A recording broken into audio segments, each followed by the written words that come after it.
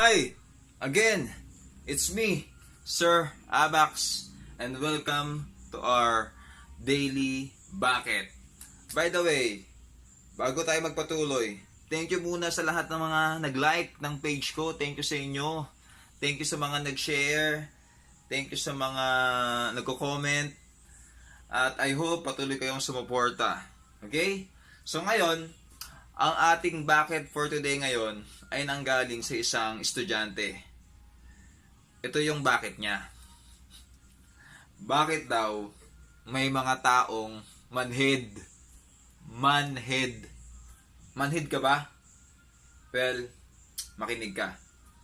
Ito ang sagot dyan. Alam nyo, wala talagang taong manhid. Hindi lang talaga niya tayo gusto. O di ka lang niya talaga gusto. Kasi, kung gusto ka niya, kahit simpleng bagay lang yung gawin mo, ma-appreciate niya yun. Kahit simpleng effort lang, kahit nga ngiti mo lang, tuwan-tuwa na yun eh. Diba? Pero kapag hindi ka niya gusto, kahit magpakamartir ka pa, wala yun. Hindi niya ma-appreciate yun. No? So yun. So manhid sila sa'yo kasi di ka niya gusto. So anong gagawin mo ngayon? Well, wag mo nang pilitin. Wag mo nang pilitin kung ayaw niya sa'yo. Kasi kapag pinilit mo siyang gustuhin ka niya, di rin kayo magiging masaya. Baka pahirapan ka lang niya, baka perahan ka lang niya, or baka saktan ka lang din niya. Huwag mo siyang pilitin. Okay?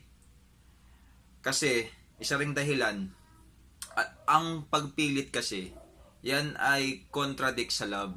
Contradict yan sa nature ng love. So, tulad ni God, si God, ang ginagawa ni God sa atin, ini-invite niya tayong magkaroon ng faith sa Kanya. Pero hindi niya tayo pinipilit.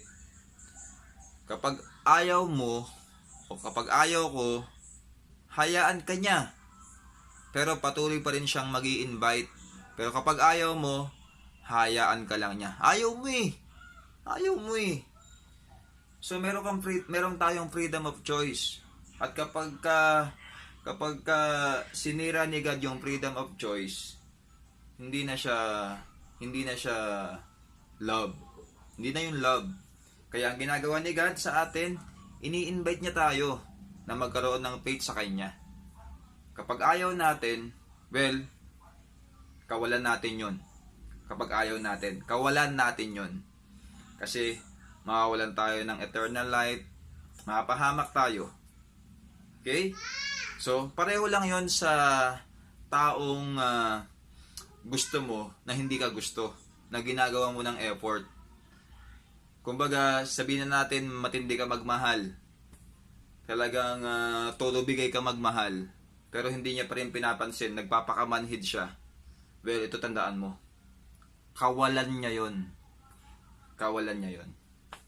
Okay? So, yun, nawa, nasagot yung tanong. At kung meron pa kayong mga bakit dyan, kindly send to me your bakit question. Okay? Again, thank you. Please don't forget to share and to like this bucket. Okay? Again, thank you.